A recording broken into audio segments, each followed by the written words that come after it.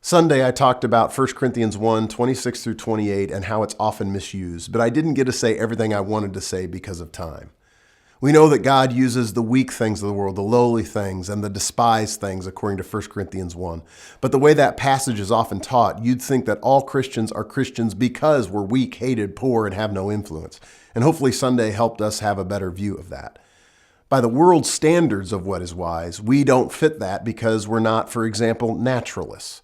Or by their standards, we're often despised because we think Jesus actually matters and he's worth giving our lives to. Because we don't live to the limits of our income, because we give so much money away, they may view us as poor perhaps. But God has given us gifts to be used for him and his glory. But there's the other side of that too. Christians want to proclaim we're weak with no influence, but their children, that's another matter. In fact, I've so often heard this passage misused that people don't even realize how consistent they are with that interpretation when it comes to their church or their children. They don't want to attend a church with a pastor or a staff that have low IQs or inability to put a decent sermon together. We don't seek to have influence in the world so we can be hated by the world. And on top of that, parents can't accept the fact that their children may be, horror of horrors, average. In fact, I came across an article in the Wall Street Journal about parenting last fall. The article is from a psychologist saying that his practice is now being filled with middle and high school boys who can't seem to achieve the potential their parents are convinced they have. In the article, he says that parents are telling their children they're smarter than they really are, they're doing better academically than they're really doing, and they cushion the blow when their teen doesn't do as well as he should have done. Then he says that parents need to stop telling their son about how smart they are when they aren't performing in a smart way.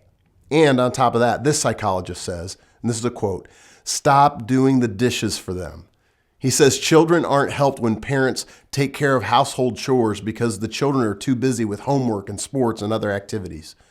He says that treating your son like royalty when their only job is to bring honor to the family gives them an unrealistic message about life, that they're special. Seeing a parent take out the garbage doesn't inspire a teenager to rush with gratitude to their studies. Rather, he draws conclusions, this teenager would, that I'm above all that drudgery. Successful people tend to be those who are willing and able to do things they really don't want to do, this psychologist says. So he says, don't let the boys off so easily. Then he cites a clinical psychologist, Wendy Mogul, who's written this. She said that it's easier for parents to feed, shelter, and clothe their children than it is for them to set effective limits on their children.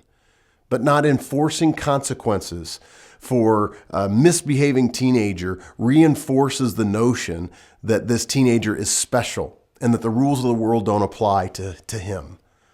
Last fall, there was a USA Today article entitled, "Parent-Reported Causes of Disability in Children Rise." And what this article said is this. Apparently, there's been an explosion of parental reported cases of disability in their children, but it's not where they usually expect it among the poorest of the poor.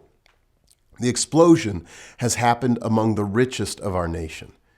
It turns out that America's wealthiest parents believe that their children are broken, that their children have a disability. And in the last decade, physical disabilities like asthma, hearing problems declined by 12%, breathing problems, those kinds of things. That's declined by 12%. But cases of neurodevelopmental or mental health conditions have increased by 21%.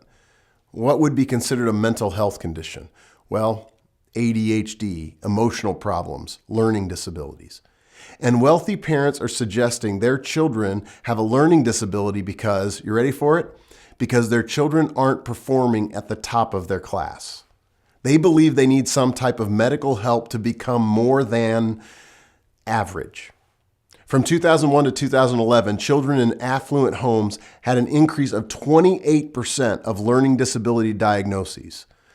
Now, these are secular sources, which interests me because those secular sources are saying American parents are overparenting, overserving, overindulging their children. And those same parents are turning around and saying that if their child didn't get into Harvard or Yale, it must be a learning disability, something to blame, or something for which there needs to be a pill. But in reality, most children of ours are average. Many are above average and many are below average.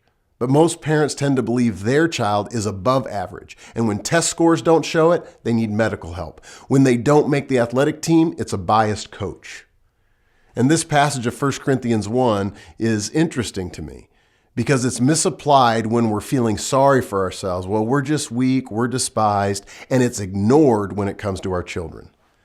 May we realize that most of us are average, with one or more God-given gifts that we are to fully utilize for Him. May we, as average people with some above average gifts, fully leverage all we are for the glory of God and our eternal joy. And may we parent in a way that points not to the specialness of our children, but the specialness of the God we want them to serve. That was something I really wanted to talk about in the sermon, but just didn't get time to. Or maybe that was best. This might be a bit offensive.